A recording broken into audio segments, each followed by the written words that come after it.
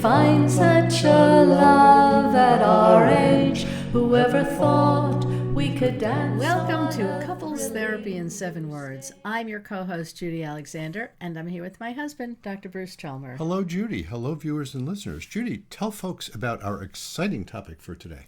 You're miles apart and still love each other. Now what? Exactly, yes. And, you know, if I were going to sort of think about all the couples I've seen over the last 30 years, there's a lot of them in that category. They make the appointment precisely because, not because they don't love each other, but because they do, but they just feel miles apart, and it's really painful. Yeah. So we will talk about that, and it just so happens I'm working on a book on the subject, which is not finished yet, folks, so I'm not trying to sell you the book yet. That'll come later. But keep it in mind. But keep it in mind. And we'll talk about this. It comes up a great deal. Before we do that, let's just, briefly, first of all, I've got a bunch of other books people should buy. We don't even have to go into those now, I don't think. Why don't you mention, for the benefit of folks who are in the Vermont area, mention your for upcoming... thousands of Vermont listeners. That's right. If you are in the South Burlington area on September 14th, I will be doing a book signing at Barnes & Noble for... It's there. I can find the book. Here There we it are. is. The Blue Tent, Erotic Tales from the Bible by my alter ego, Laria Zilber. So that is from 12:30 to 2 o'clock Eastern Daylight Time. Yep. So that's on Dorset Street in South Burlington, Barnes & Noble. So come and see me and say hi. Yes, and I will be there too, just to support Laria. And I guess and you'll be there as Laria. Well, that'll be interesting to see all by itself. Actually, that'll be kind of fun. It's always fun to see Judy as Laria. That'll be a fun thing. Yes, and the year is 2025. In case you're listening to this, That's right. Past September 14th, 2025. So Yes, you're exactly. sorry you've missed me, but you can always go to Amazon and buy it, You can buy the book. That's right. or any place books are sold. That's right. So, on that note, let's talk about the book that I'm writing, and that really not so much the book, but the topic of the book that I'm now working on. And that's the title we named this podcast is more or less it's very related to what the subtitle of that book is going to be. You're miles apart and still love each other. Now what? Right. So that's what we're talking about, couples. So how do couples go from that love, romantic period, and everybody's so in love, and then sometimes they get married, sometimes they don't, but then start drifting miles apart. How does that happen? And then we'll get into the how to help that. What to do about it? Yeah. Well, and actually, what to do about it is related to understanding how it happens. That I find that a really important part of it, and this is a little spiel that I give some version of to pretty much every couple I meet in the first session. My first sessions are quite structured. After that, it's really freeform. After that, I've compared it to improv theater. But the first session, I do structure quite a bit, and I talk about that very question. How might that happen? You know? So I base it on the idea, not a totally original idea by any means, but I've been working with this for years. An idea that what keeps us wanting to be in a couple is when two sets of needs are adequately fulfilled. Okay. And the two sets of needs I call stability and intimacy. Why do I talk about two different sets of needs? Well, hey, let me toss that one to you. I don't mean to put you on the spot here, Judy, but you've read my stuff. I have read your stuff. Why do I talk about two sets of needs? So if I sound like a parrot, it's because I've been hanging around you for a long time. My apologies. That's okay. Yeah. Well, for a relationship to, I guess, feel comfortable, you need stability. Yes. You need to be able to count on the other person. Mm-hmm. You need to be able to know that person will be there, that person has your back, all the things that you want in a couple. Yeah. Right? That's about in stability. A partner. Right. That's stability. the stability part. Mm-hmm. Now, the intimacy part, that's the part that you need to keep it exciting and have growth in your relationship. Absolutely. Did I say that okay? I think that's lovely. Yes. Couldn't have said it better myself.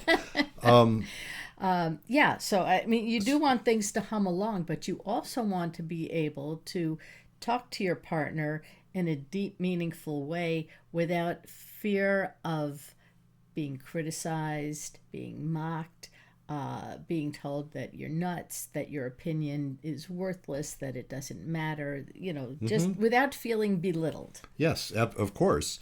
Now, let me note, why would I bother saying there are these two distinct sets of needs? I mean, everything you said, of course, makes a lot of sense, but why would I divide them into those two categories? Well, oftentimes what drives couples to be miles apart is that they're good with the stability part, but they don't have the intimacy. Yes. And indeed, and really my key catchphrase that I always tell people is the skills you need for stability are actually somewhat in conflict with the skills you need for intimacy. That's the interesting. That's why the title of my upcoming book is The Passion Paradox. That's the paradox. The paradox is you need them both. It isn't going to work if you don't have them both. And yet the skills you need for one are somewhat in conflict with the skills you need for the other. Now, all those things you talked about in terms of stability, they're all about predictability. They're all about, you show up when you say you're going to show up. You're mostly sober to do that, right? If somebody is having a serious, substance problem that makes them very unreliable and very difficult to sort of, talk to. And so those skills, I'm writing about this in the book, the skills you need for stability are things like you need to be responsible. You need to be accountable. You need to be, mostly sober. You need to be all of those reliable, all those things. Those are really important and really boring, right? All the boring skills. That's what you need, and I'm not knocking them because, we look up to people who are responsible and reliable and accountable. Well, those are good traits Those to are have. really important traits to have. Yeah. They're all about stability. They're also, as I say, in a sense, they're kind of boring in the sense because they're so predictable. It's like, okay, you just know a person's character. They're going to show up. They're going to be upright. These are really good things. These are admirable qualities. And I'm not knocking them. Don't get me wrong. But they're also the sort of thing that if you privilege those things to the exclusion of anything else, what you find is people will start not wanting to rock the boat very much. So all that stuff you were talking about when you were talking about the intimacy side, you want to be able to say things to your partner that maybe your partner, you don't know if they'll like or not. You don't want to have to walk on eggshells. You don't like all those things you were saying. You don't want to be criticized. You don't want the conversation to be incredibly painful. Anytime you want to bring up something and you're not quite sure how your partner will respond. Right. Intimacy, the way I define intimacy is that it's when you are present and honest with yourself and each other.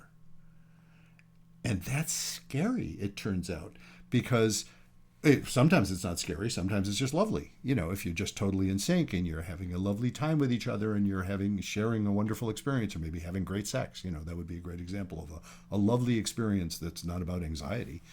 But what if what you're doing is wanting to suggest something to your partner that you're not sure how your partner will respond?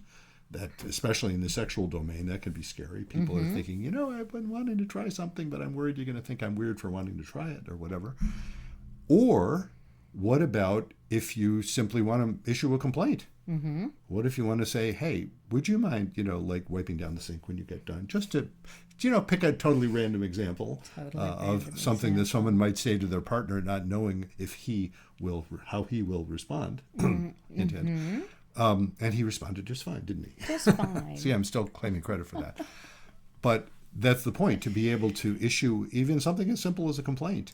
You have to risk, you don't know how it's going to go. Right. So you have to tolerate some anxiety. Those of you who are playing the drinking game in our podcast, that every time I say the phrase "tolerate the anxiety," you take a swig. shot. You're going to be drunk by the end of most of our podcasts. I mentioned that a lot. That's the key skill you need for intimacy, is to tolerate anxiety. The key skill, and tolerating anxiety is not at all boring.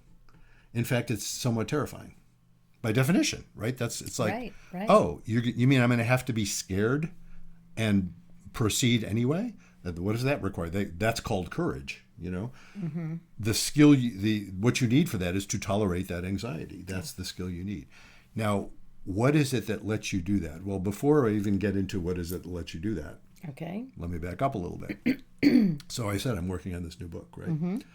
What as I thought about this, I realized what I want to provide people in this book, because this is my fourth book on couples, plus some other booklets that I issued, little booklets. But this is my fourth book on couples issues. And what I want to provide people with this time is a workbook. Oh. So that they can actually, in very practical ways, when I say it's a workbook, what you're doing in this workbook is very frequently I am asking very specific questions for you to consider. I put it in its little sections called Gather Your Thoughts. Mm-hmm. And in leading you through that, what I'm doing with that is inviting you to understand some stuff that's going to be exactly what you need to be able to tolerate the anxiety, to be able to do the stuff that maybe will fix your relationship or maybe will transform your relationship. And that requires, as I say, understanding, and it also requires courage. Right. So it's like similar to those magazine quizzes that I used to do in Cosmopolitan magazine or 17 when I was a kid. It is, except that mine aren't stupid. Just a little swipe there, No, but I love doing those quizzes. Yes, indeed. Because you learn a lot about yourself when you're taking them, even some of the stupid ones. Yes, no, that's true. But it does make you think. Am I doing that? Yeah. Is that? Yeah. What do I really think? Yeah, So and that's an interesting concept. That work. it I is, think, and one of the first things that early in the book, one of the early chapters, is an assessment tool I devised called the Stability and Intimacy Assessment. Mm-hmm. And what you do when you do that assessment is a couple things. First of all the things you're saying, you're looking and saying, I hadn't thought about that. Am I doing that? Is my partner doing that? How do we, how are we doing on that? And it also basically just by example teaches you these concepts of stability and intimacy, which are really important concepts to understand when you are looking to transform a relationship that is not working for you. Right. So I do have that assessment in there, and I have lots of other questions. And the assessment is really focused on stability and intimacy. Then I have all kinds of other questions, much more specific questions about specific areas of your relationship. How do you handle finances? How is your sex life? How do you handle, child rearing questions? Mm-hmm. How do you handle dealing with in-laws? How do you handle, all sorts of things, the kind of things stuff that comes up in couples. That comes up in couples, all from a perspective that says, wow, if you can learn the skills, especially of intimacy. I do guess, and I say this in the book, it's not a certainty, but it's a guess. The readers of this book are probably pretty good at stability.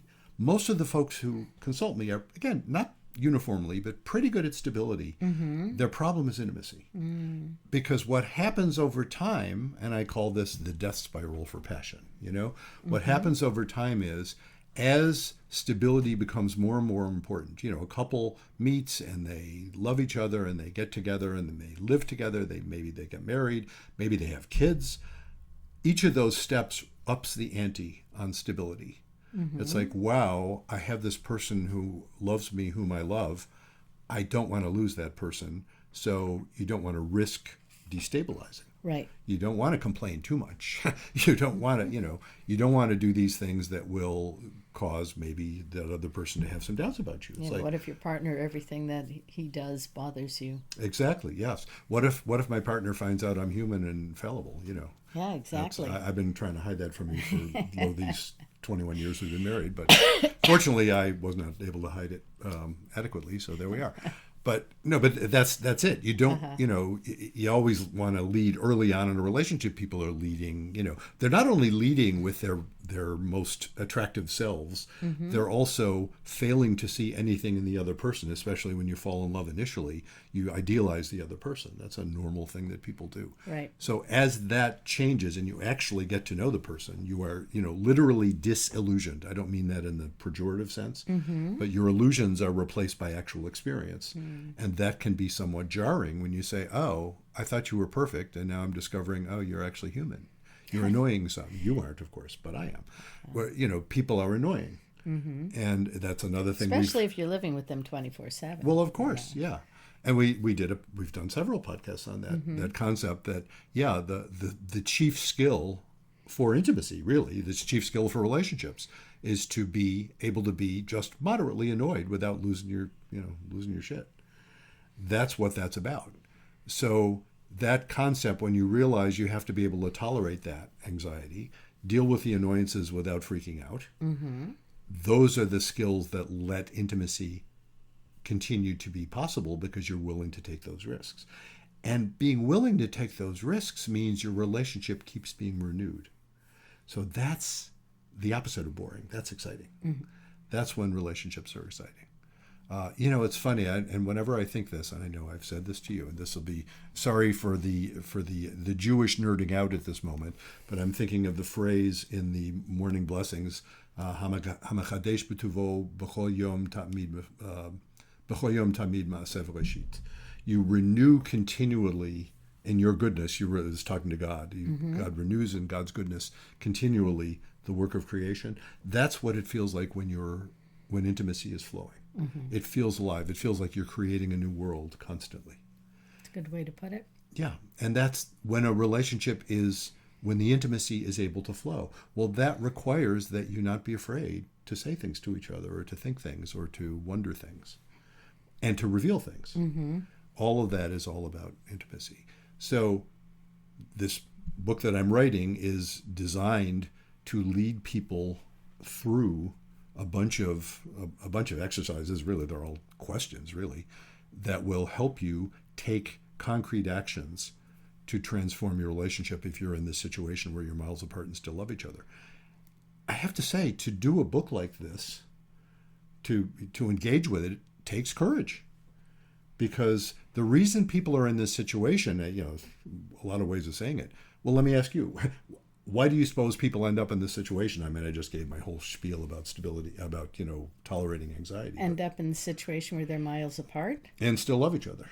Yeah. Oh, well, because you shared that love at one point, and you still probably love the person, but you can't find your way back to each other because whether there's been some type of breach or one person hurt the other.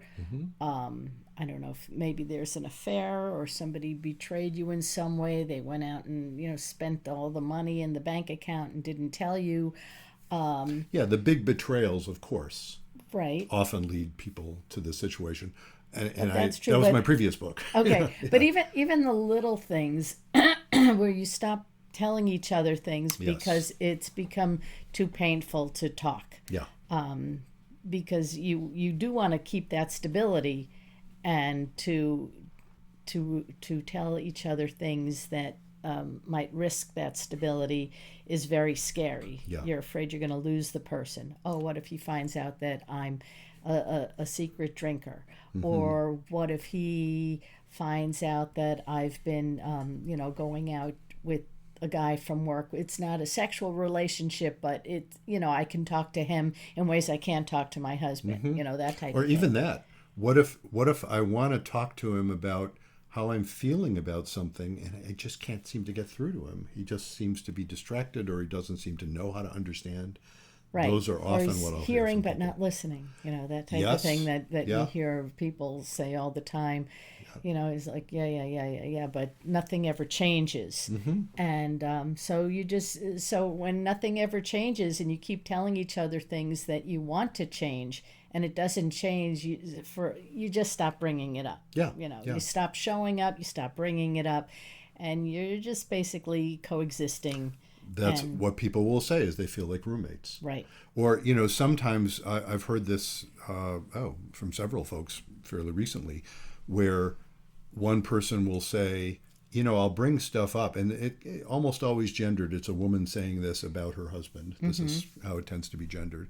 And she'll be saying, I'll say things to him that something is bothering me or hurting me or scaring me or whatever, and he'll just relentlessly focus on the positive. He won't hear me. He won't, I don't need him to, or he'll click into solution mode. Yeah, he'll try to fix everything. He'll try to fix it and say, well, have you tried this? And she's saying, I don't need him to tell me, have I tried this? I mean, I know how to handle the problem. That isn't the issue. What I want from him really probably is just a hug or some understanding or some curiosity. Or it's like, wow, that must really suck. Tell me more about that, and he doesn't seem to know how to do that, and often because he's afraid to do it for, again, all sorts of understandable reasons when you delve into it.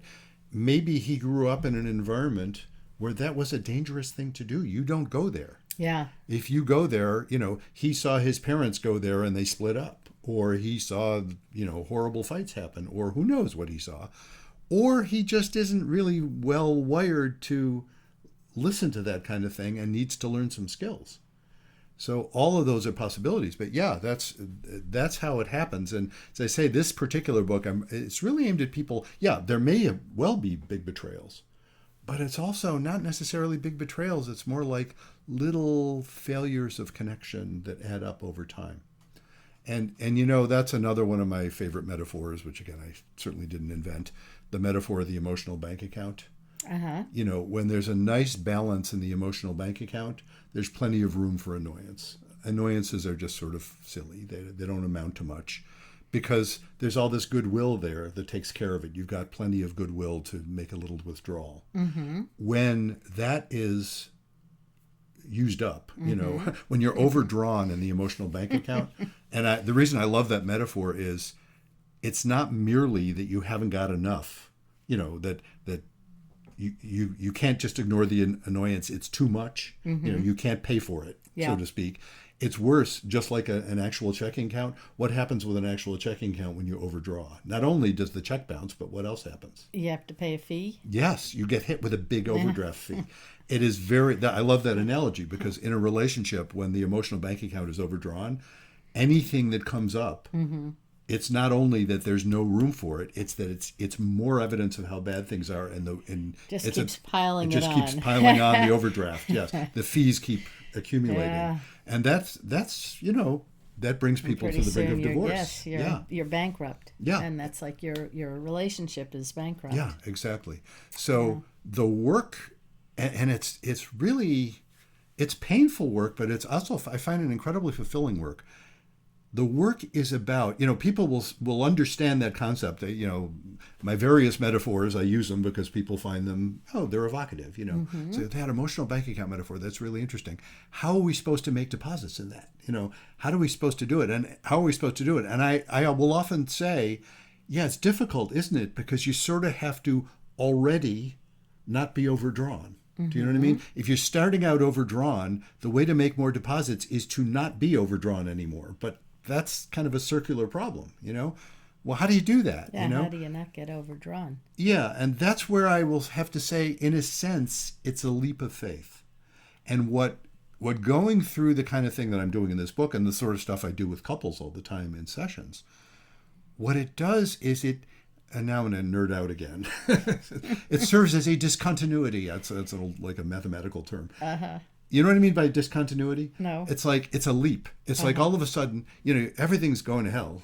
Yeah. And then to get out of it, something has to happen that says, whoa, that was a game changer. And the game changer doesn't have to be this blinding flash of a moment. It just has to be something. That's what couples therapy can do for you. It's like, oh, this is a different way of looking at it. It's like the experience of being in a session. What a good session will do, that I think, we'll have this experience, and I say we because I'm part of the experience. We'll have this experience where we're looking at really painful stuff and looking at it, and somehow it just seems lighter. It's like, oh, that's kind of funny, isn't it? I don't mean ha-ha laughing at people's pain, but it's sort of like, wow, there's an element of absurdity here, isn't there? People will appreciate that. They'll say, oh, shit, no what? Yeah, it's the oh, shit moment. It's another one of my favorite shticks, right? The oh shit moment. They'll look and say, oh shit, that's why this is happening. And what's associated with that kind of moment, that moment of lightness, or the oh shit moment, whatever you want to call it, it's this, people will look at it and say, oh, I was thinking you don't care. I was thinking you're horrible. I was thinking you're a narcissist. I was thinking, whatever those nasty things are people were thinking. And they're realizing, oh no, you're just a person like I am. And you have a different set of experiences, and you've experienced me differently from how I thought you did. And that's why you seem to not trust me, because you don't trust me, because we keep hurting each other. But when I'm able to look at that, then I can say, oh, wait a minute. This isn't what I thought it was. That's That's sort of how you all of a sudden somebody's canceled your overdraft fees, long enough that then you can start having experiences of like, oh yeah, I remember. Now I remember why I loved you. It's like you start to have those experiences where you can come to trust each other again, and experience each other again.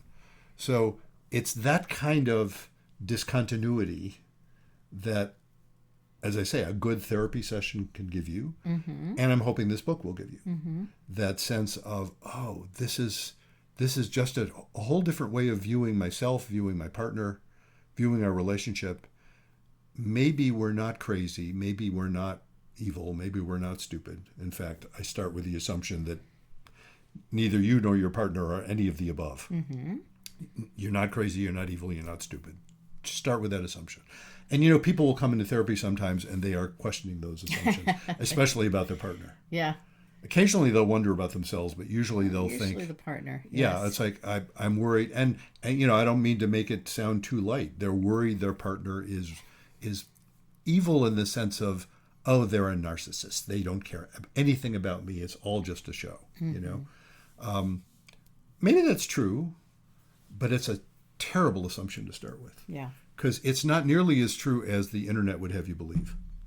I mean, that's the other part of my crusade. That's a tainted term, isn't it? Especially for Jews to say, but whatever. That's part of what I'm out to describe for people.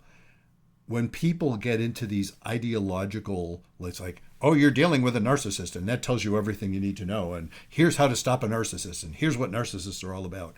Oh, bullshit. It's not that there's no truth in it. It's that it's not the whole truth. And when people insist on telling you it is, they are not helping you. Well, once they label something, it cuts off conversation. Exactly. It just shuts down communication, and then you have nowhere to go. Yeah. Well, you're not actually seeing a human being anymore. Right. Yeah. And that's so, if nothing else, folks, you can take from this conversation, at least what I'm trying to put out there is, don't fall into that ideological bullshit. And what makes it bullshit is not that there's no truth in it; it's that it claims it's the whole truth. And now I will give a shout out to my second book, the one called "It's Not About Communication: Why Everything You Know About Couples Therapy Is Wrong." And that whole bit, "Why Everything You Know About Couples Therapy Is Wrong," is really all about, and I talk about this in 2 chapters in that book. It's all about saying, no, it's not that you don't have good ideas. There's all kinds of good ideas out there. I've got good ideas. You've got good ideas. Some of the ideas that disagree with my ideas are also good ideas. Lots of ideas. None of them perfectly fit reality because they're all just abstractions of reality. And so reality is more complicated than that. But there's lots of good ideas out there that can open up other good ideas. And exchanging opposite ideas is often fascinating. But if you harden it into ideology, it becomes nonsense.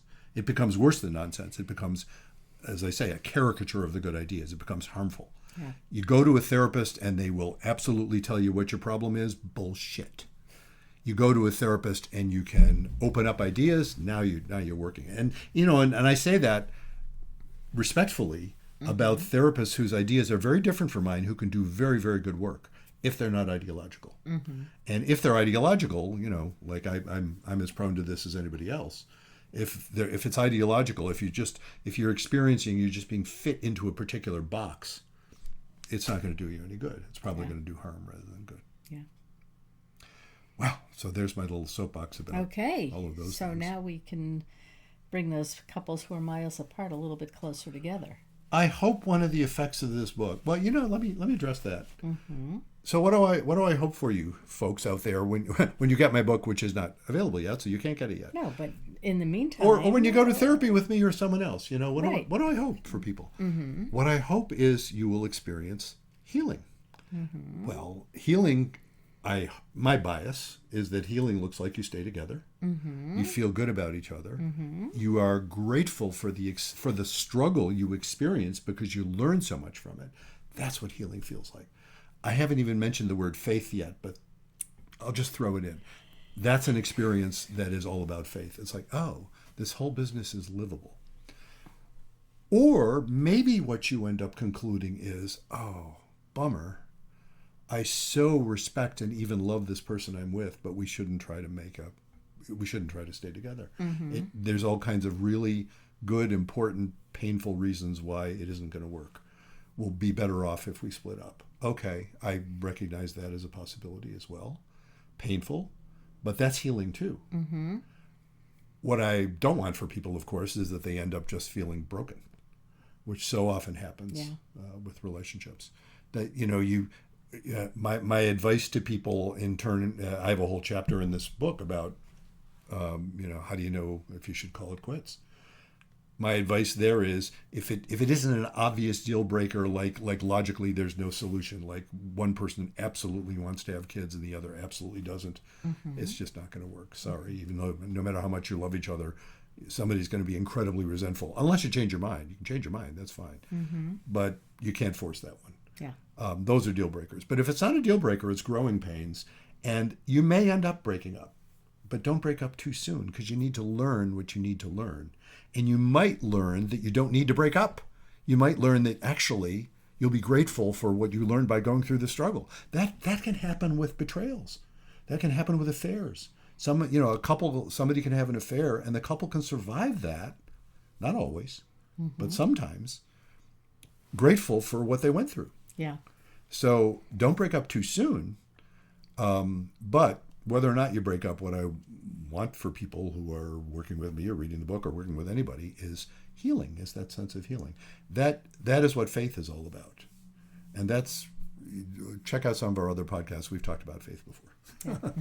We talk about that a lot. In fact, Judy, tell people the 7 words of this podcast. We should mention those 7 words. Well, you just happen to have on a just on a happen cup. to have them. Be kind, don't panic, and have faith. Yeah. Yeah. And really, that's just those 7 words are just a way of summarizing a lot of what we've just been talking about. Right. Yeah. Right. So, what else should we tell people at this point? Buy our books. Buy our books. And if you have any questions for us, or if you would like us to talk about a topic, or if you yourself would like to be on our podcast, you can go to our website, CTIN7. That's CT for Couples Therapy, IN, the numeral 7, CTIN7.com. And you can sign up for any one of those things. And you can find out more information about our podcasts, about our books, and just all kinds of great stuff. Even get our merch. Our merch. I was interviewed recently on someone else's podcast. I'm doing a lot of those interviews because, promoting my books. And she was so impressed by our merch. She's telling all of her folks, go buy their merch. It's great merch.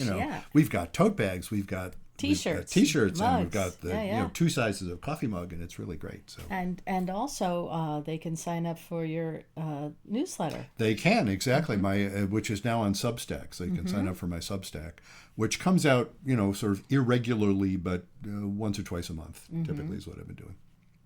And so until next time, remember, be kind, don't panic, and have faith.